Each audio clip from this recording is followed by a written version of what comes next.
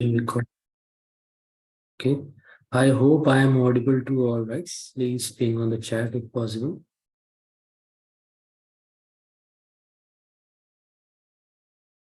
I guess I enable the chat also. Right. So yes, okay. Thank you, Murugesh. Thank you very much for the response. Okay, let's start the session for today. Welcome to AWS training and just a brief introduction of myself. My name is Sujan and I'm having around 9 years of IT experience. And in coming to the cloud, I'm having like around 5 years of AWS experience in and out. So welcome to the training. Today we will discuss regarding the topics and all further. So before going into the course, please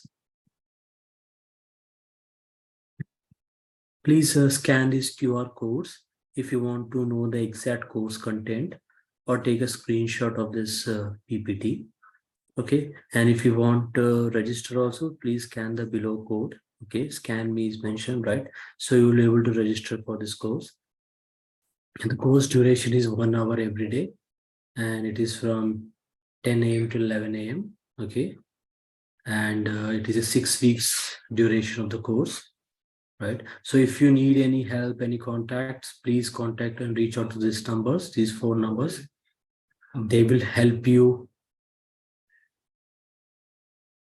to understand the to know regarding the course and all. They will help you out. Okay, so if you go further, please join this WhatsApp group. Let me share that WhatsApp group in the chat. So if you join this WhatsApp, whatever doubts you have or queries, okay, so whatever the things we have is done. So if you have any doubts, you can ping on this chat WhatsApp group. Our team will guide you and assist you for the further assessment and all. Okay. And if I go to this, our team will be available from 9 to 7 p.m. Okay. So please share the WhatsApp group link. Yes, Durga, we share the WhatsApp group link. You can see. Let me share it again also. Okay. So I shared to everyone. Please check this.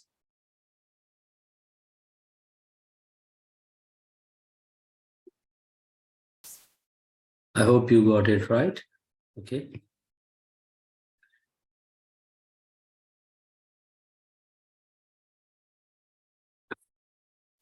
Okay, so please join this WhatsApp group, and when you register for this course, you will get a graphic portal session where you will be able to access the recording and the notes which we discuss in the future. Okay, so the course is from Monday to Friday, and it is from 9 a.m.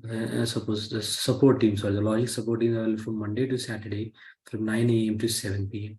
Please note down these numbers also, and I would recommend to note it down for any further assistance or any guidance. Right. Okay. So let's deep into the course actually. So for a brief introduction, yesterday we discussed about what is the introduction of the computers, how the evolution came, what is the data centers and what is the cloud technologies, right? And we discussed about the Charles Babbage, who has composed the computer introduced to the world, right? And we discuss about the computers and the data centers and the cloud technologies. We discuss what is in the computers and how the data centers are designed and what is a cloud technology. And we discuss about the difference between the data centers and the cloud technologies. Okay. And this is the pictorial representation of the cloud technology. As you can see, users are trying to access the resources as per their availability and as per their domicile. Okay. And coming to the cloud technologies, there are 3 types of cloud technologies: services, infrastructure as a service, platform as a service, software as a service. Software as a service means if you are using some application like you can say ERP tool, let's say Salesforce, you can say BMC Remedy or something. Those are called as software as a service. And if you want to go for infrastructure as a service, there is a provision of the resources like CPU, memory usage resources will be provided by the IaaS. Platform means it provides a platform where you can run your applications and all. That is called as a platform and services. Okay, and we discuss about the compute, what is in the processor, memory, storage, and networking. We discussed in the previous class. Okay, you will get the recordings also of the demo, right? So after the completion of the course. Okay, so we discuss about the processor, what is the meaning of a processor and what is the meaning of a memory. Layman layout we discuss about storage and networking. Discuss about the computer memories, right? Do you discuss about the storage networking, and we discuss about the types of physical servers. This is called as a rack server, this is called as a blade server, and this is called as a tower server. And you can see in the left hand side, a data engineer, a data center engineer is trying to replace a faulty servers. You can see he's removing it as a port and he's fixing it back. So this is the way how the real world, the data centers and the cloud data centers works. Okay, and we discussed about the computer and the server. It is an important one because many people don't know what is the servers in the real-time world. The people who are working knows this. So if you see the difference, and let's say, let's discuss first what are the same things in the computers and the servers. It's have a CPU for processing. It will have a CPU for the processing. It will have a RAM for quick access to the memory and have a RAM for the quick access. Additional storage. Servers will also have additional storage. Computer will have a NIC cards for connectivity to the network, same as in the server. Okay, let's discuss about the difference between the computer and the server. Computer's operating system in which a single user can be able to access at a time, but the good thing in the server is a multiple users can access the operating system as per the license provision. So license provision means suppose you are using a Windows. So when you buy a license of a Windows OS, so you will have a limitation of how many users you can use. Let's say 5, 6, 10, or 20 as per the license agreement. It will change. Okay. And for the computer, you need an input output devices to be connected to access system. Input output devices means you can say you need a monitor, boards, network connectivity. But if you want to connect a server, we can connect it via MSTSC, okay, which is called an RDP, remote desktop protocol for the Windows, and for the Linux it is SSH. So in this way, you will able to connect a server remotely round the clock all over the globe.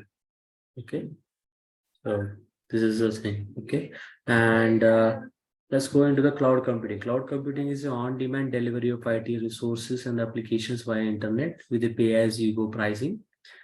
Okay, in the simplest form, cloud computing provides an easy way to access servers, storage, database, and applications over the internet.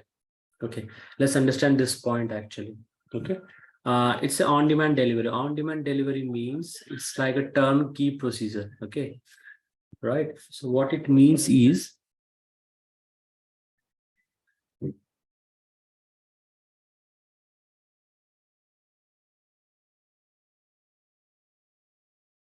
yeah, sorry for the disturbance. Cloud computing on-demand delivery of IT resources means as soon as you build a server, you pay for it and you can use it in straight away. Okay, but in the olden days, if you used like virtualization, you can say VMware and all, right?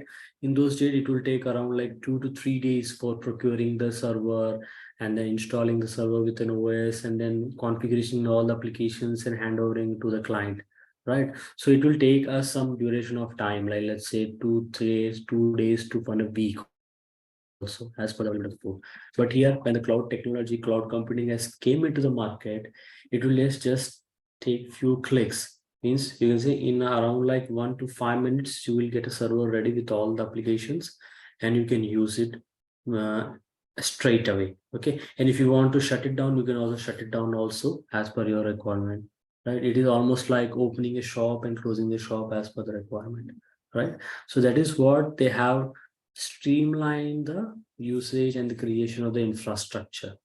Okay, right. In the simplest form, we can say cloud computing is providing of the server storage database on an internet, right? You are using the internet, you're connecting with the cloud service provider, you are putting your request over there and you're getting the servers and all. So that is the change which has came by including the cloud computing into the market. Okay, so we discuss about the data center, how it looks. You can see these are the data centers. So it is almost the size of a football ground. Okay, there is one data center available in Hyderabad, Amazon Web Services. There is one data center available in Mumbai, and in Bangalore also they are planning to establish. Parallelly, the different cloud providers are also coming. You can see Microsoft is coming in Hyderabad. They are planning to explore. They are planning to footprint their marks in India region also, right? Now, from here we discuss what it is actually. So we are discussing the cloud, this, cloud, that, but what are the advantages of using the cloud technologies? That is very, very important. We have to understand it, right? So the one thing is variable versus capital expenses. There are few points which we will discuss now. That is economics of scale, stop guessing capacity, increase speed and agility, and global in a minute. Okay. So what are the benefits? If you see the cloud benefits, savings, you can save a lot of money when you go to cloud. Efficiency means your performance, means how effectively your application or your work is done. Okay. Accessibility means the when you create an instance, when you create a server on a cloud computing, you can able to access the server even if you are staying in Australia, whether if you are staying in Africa, whether you are staying in US. So it is not bound to a region. You can access across the globe 24/7. Okay, so that is what the feature this accessibility has given us for the users and for the clients also. Okay, and reliability means availability of the resources. Availability of the resources means there will be no outage. Okay, they have almost AWS has planned, Azure has planned in such a manner that there should be a less outage, less than 1%. Okay, so that kind of structure the cloud computing has designed. Okay, and coming to the flexibility means there is one problem in the regular data centers, right? When you want to use a server, you have to use it. Okay, means once you buy a product, you have to use it. Even if you power up the server, the resource will continue and the billing continues. Whether it's an electricity, whether it's an internet connectivity, right?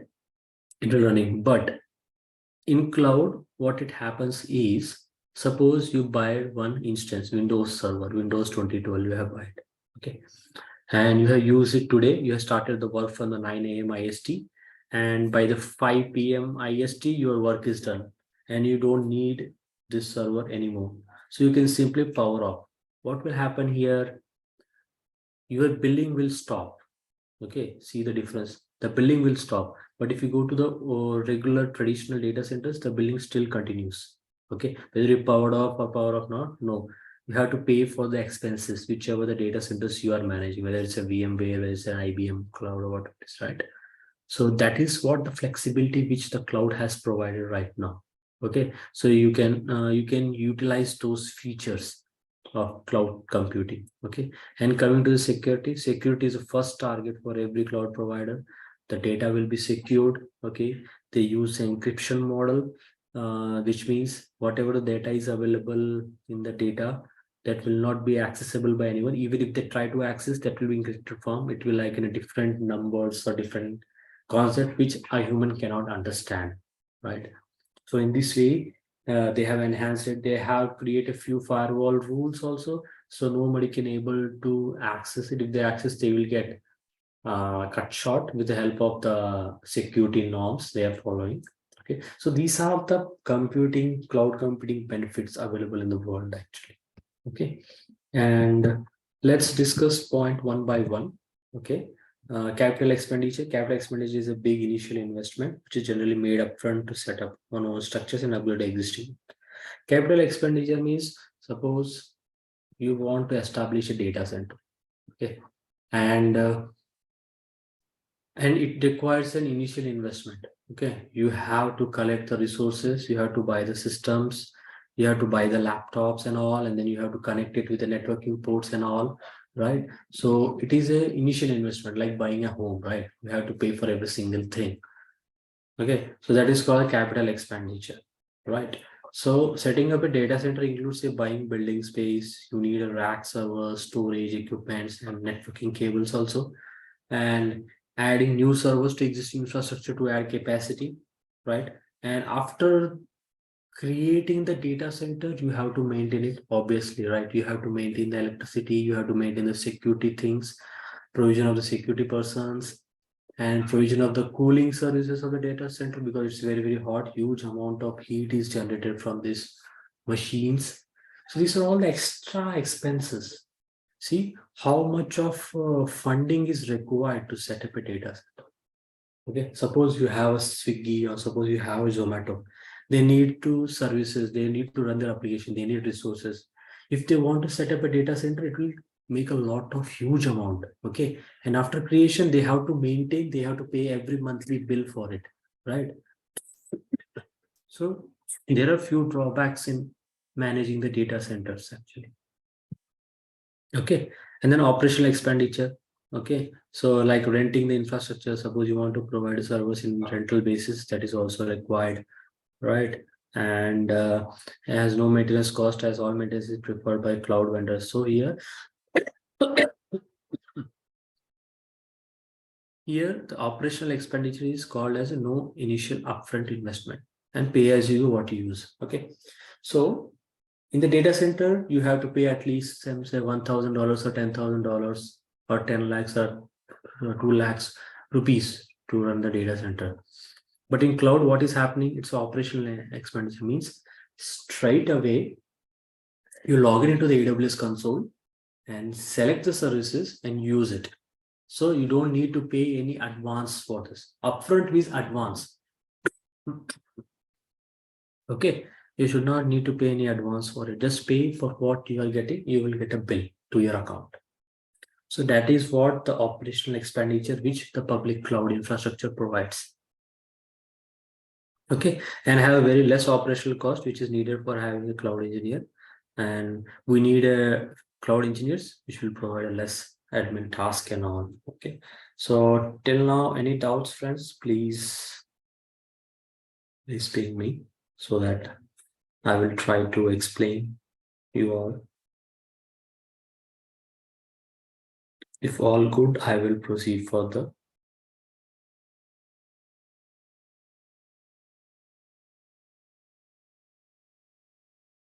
Okay, so no answers. All right, let's proceed further then. All good.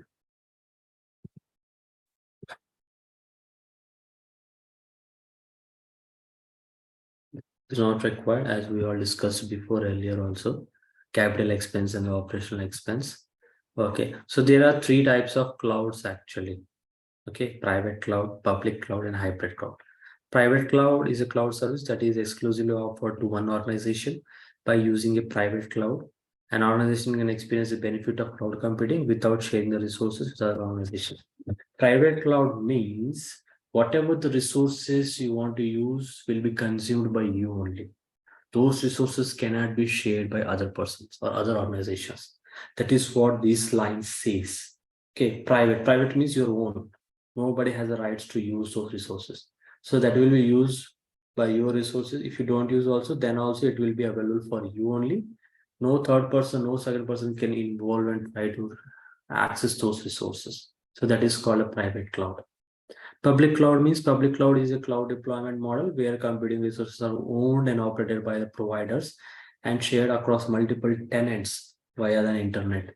Okay, so what is the difference in public cloud is it's a cloud model actually where you can use various resources and it can be shared among the multiple users and it is spread across the world actually. Okay, so it is managed by the AWS, it is managed by the Azure, GCP, DigitalOcean, Alibaba. So these are the cloud providers. So these are known as the public cloud providers. Okay, and next is a hybrid cloud. What is meant by hybrid cloud? A hybrid cloud is a cloud computing environment that uses a mix of on-premises private cloud and the third-party public cloud service with orchestration between this platform. Right. So what is the meaning? It's a combination of both public, private. Okay.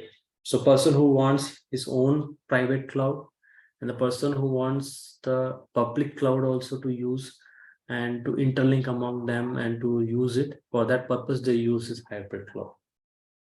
Okay, so currently few companies follow this hybrid model. It is a little bit expensive actually. That depending upon the requirement, they have to opt on this. And we discussed the differences between the public, private, and hybrid. Okay, costing, cost effective, expensive. Public is a cost effective because the providers are managing your resources. That is their headache, and the costing will be low. If you go to private, you have to get your own resources, you have to configure it, you have to build on your own, and you have to provide resources to manage it. An engineer is also required, so it's a cost expensive. Hybrid is also expensive because it is inclining both the public, private, and to manage the both resources or orchestration procedure is to be followed. So it's a quite expensive compared to this. Okay. Security, yes, security provision will be there depending upon the cloud providers, whether it's an AWS, Azure, GCP, DigitalOcean, or Alibaba. They follow those norms which they are providing. And private is the most secure one because you are the owner of that cloud. You have your own norms of security. So you will have full grip on security level. And hybrid is also secure because it has both public and the private. Okay.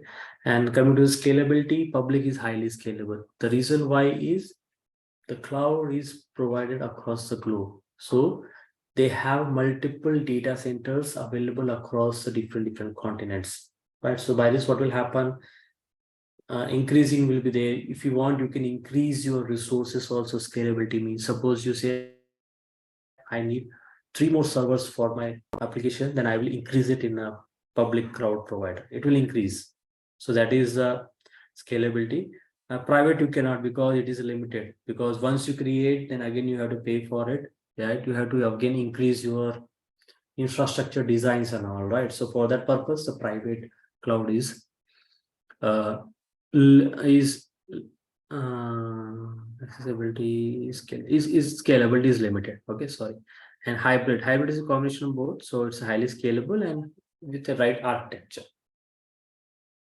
Okay. Accessibility, public cloud is accessible to all.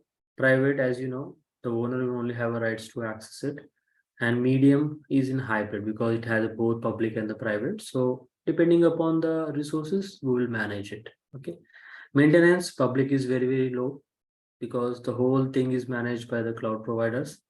Private is very highest because we are the owners who designed it. If something got damaged, we have to buy it and replace it here. Okay, so that is maintenance cost is high. Hybrid is in medium state. Okay, and shared resources, multi-tenant shared resource server. So you can use multiple users can share the resources in the public. In private, no. Only which are servers available in the private cloud will have rights to access it. Okay, and hybrid is a mixed combination. Okay, and cloud owners, the cloud providers are the owners of it, and the organization is owner for the private, and for hybrid also organization is owner of the private of the hybrid. For example, for this AM, AWS, GCP, Azure, IBM, Oracle are the cloud providers for the public. And if you go for private, there are, as we know, VMware, which has been still continuing for the last 15 years, a good technology, which has revolutionized the virtualization platform actually. And there is HP, Dell, OpenStack. So these are the few private cloud providers. Hybrid, you can say Rackspace, VMware, Cisco, IBM. So it's just for a brief, I am sharing this information. It is not like you should know compulsory remember, but for your idea, you have to know from the concepts actually. Okay. We discussed infrastructure as a service, PaaS also we discussed, software also we discussed, right? Okay, let's discuss bare metal as a service, BMaaS. What is this means? What is this bare metal services? Why it has come into the picture? Okay. Some enterprise feel uneasy about migrating workload to the virtualized cloud that share with them. The alternative to IaaS PaaS is bare metal as a service. Okay, it will provide a full virtualized cloud services and a dedicated server to you. Okay, so nobody will have a rights on it. Okay, so in that case, the BMaaS is the best option. Okay, it is used for the short term and it's data intensive. Okay. So this is the virtualization. We discussed what is virtualization, right? So this is how the virtualization work. Okay, hardware virtualization. You can see host hardware means this is one CPU in which they have installed one virtualization hypervisor application. On that, they have created the VMs. VMs virtual machine is they are simply a server. Okay. In the virtualization terminology, VM is nothing but a virtual machine. It's nothing but a simple server, or you can say simple laptop machine. Okay, but in a virtualized way. On that VM, you will install an OS as per your flavor, and you will install the applications on it. See, you can see with a single hardware, right? He almost using three machines on it, and on each machine, he's using two applications. Maybe. See, as per the application requirement, he need at least 7 machines they need to run application. But what happening here is with the help of virtualization, only three machines with a load of 7 applications. Means the 7 machines count and cost has decreased to 3. See how it has narrowed down the costing of that. So that is the beauty of using the virtualization actually. So this is another level of virtualization. You can see host OS and type 2 hypervisor, right? You have VM1, VM2, VM3. Okay. So in this way you manage.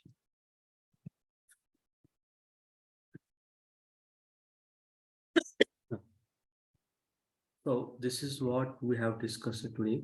So friends, any doubt, any suggestions? You can ask any question. It is not like that you should ask a technical side. You can ask about the doubts also. So please speak up. Abdul, Prasad, Kiran, right? Lata, Leonard, Murgesh, Nikita, Praveen, Sai Saru, right? Sai Saru, okay, sorry. Sachet, Shankulesh Narayan, Sridevi, Srinivas Reddy. If you have any doubts, please raise your, or you can do the chat also if you feel shy to speak.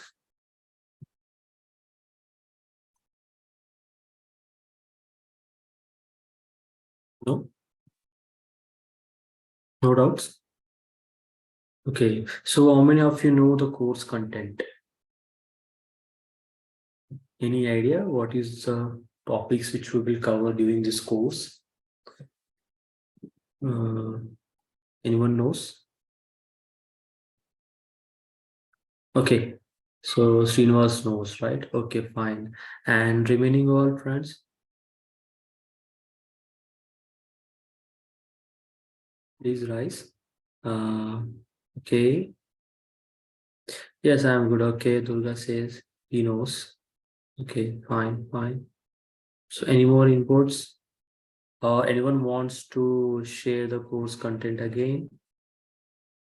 Okay, Sajid also said yes. Okay, so people are reacting. Good to see the reaction, friends, because reaction is the main thing to understand the topic, right? Okay, so just one more time, I will share to few more peoples. Okay, Leonardo knows, Sridevi also knows. Okay, right, more than half of the people knows. Okay, right. Then let's go and open the course content actually.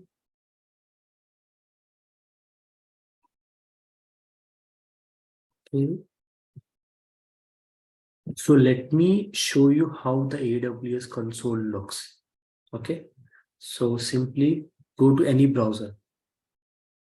It is not like you should go for Chrome. No, you can use Internet Explorer, you can use Chrome, you can use Mozilla Firefox, you can use Opera, right? You can use various Safari also, right? So type here AWS, right? Share in the chat also. So this is how the console looks. 1 second, friends.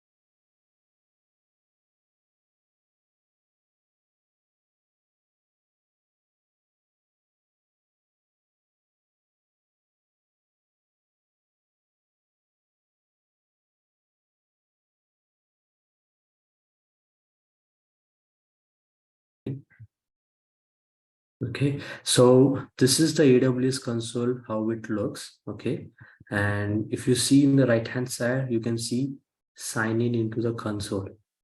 Okay, I will teach you how to create an account in AWS in future classes, but for now you can see. Let me do it from this. Let's go to sign out. Okay, okay, now signing into the console. Okay, give the account name. Okay, we already have. So I have my mail ID, and you can say here. So this is the way how you log in into the AWS console. Wherever you go, this is the same procedures. Okay, but when you go into real time, it may varies a little bit. Okay, so you can see your name here. Who is the user who has logged in into this console, right? And you will see the account details here also. This is account ID actually. Okay, so if one person is creating an account, he will has a different ID. So every person will have different account IDs in this. Okay, and this is the billing dashboard. Billing dashboard means it will show you what is the billing happening for you. Okay, if you're using an instance, what is the billing I'm getting? See, I'm getting like $92 a month. I'm telling you like $12 a month. So this is how it shows actually. Okay, all right. So, and if you go down, you will have security credentials, which is not required right now.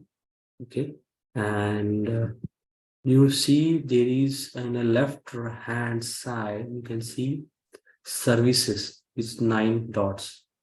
You click this. See, you will see the various services available in the AWS. You can see VPC, you can see EC2 instance, you can see CloudWatch, you can see S3, right? You can see KMS services, right? So these are the services. If you like fancy, you can see more. You can see like blockchain, compute, containerizations, database, developer tools, Internet of the Thing is there, game development tools are also there. So it's like a total portal to run everything. You will have a migration and the transfer concepts also here. You will have quantum technologies also, right? You will have robotics also. So you can use this in a single go. See, wherever you log in, just log in into it and use the services and disconnect it. So this is what the cloud has provided, and they have streamlined our services actually. Okay, you can see the VPC, you can see the CPU. Suppose you want to create a server, we use the EC2 instances, which we will discuss, right? Okay, and suppose you want to check the storages and all, you can go to the volumes, elastic block storage. There you can see the volumes and all. Now there are nothing is there because due to cost management, we have deleted everything, right?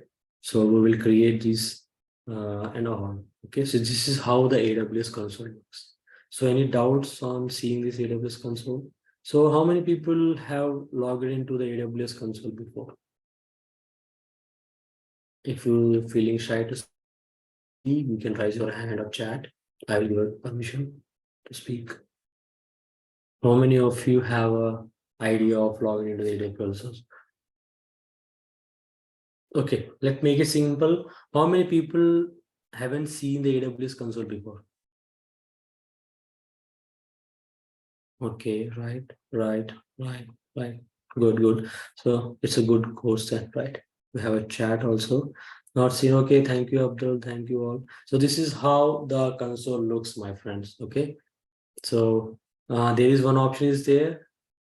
They have upgraded the looks, so you can change the looks also. So if you click it as a new experience, so it will shows.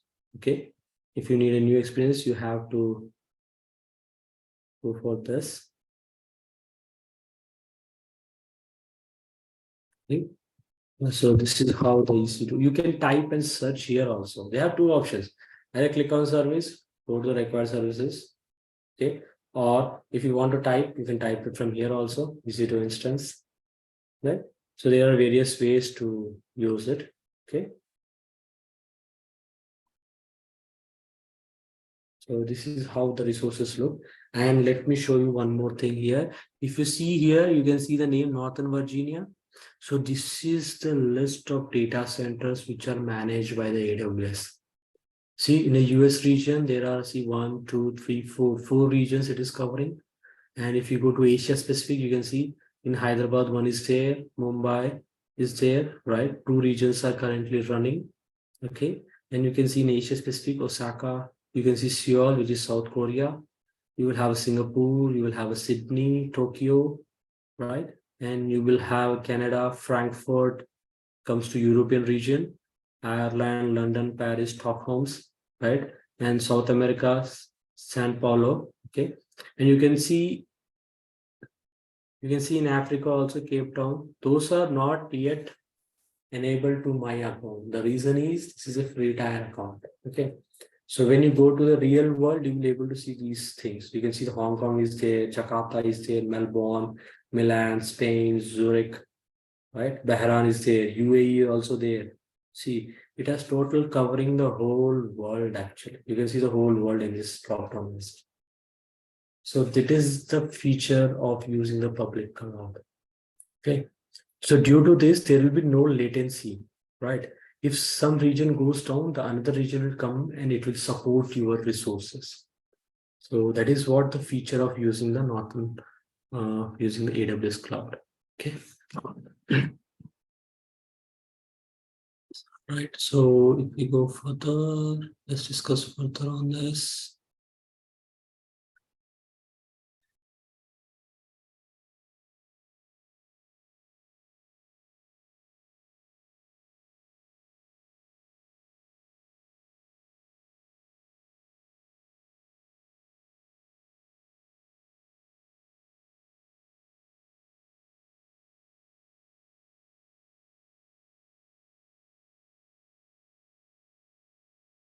Okay, so this is things which we discussed today because I prepared for this one only because I don't want to go further also because it will confuse you all actually.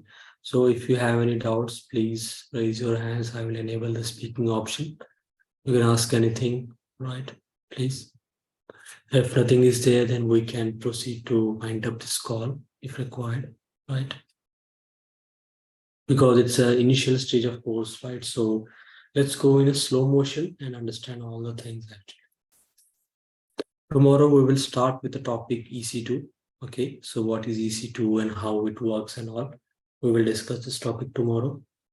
Okay, from the tomorrow. Tomorrow means it's from Monday, sorry, not the Saturday. From the Monday onwards, we will do it. So any doubts, friends? Let me know, please.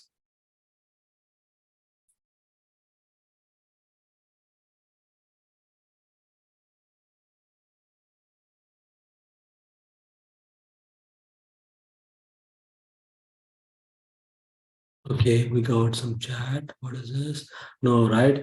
Okay, okay. All right, friends. Let's wrap up this call. You will get a recording also. Let me stop the recording. Okay.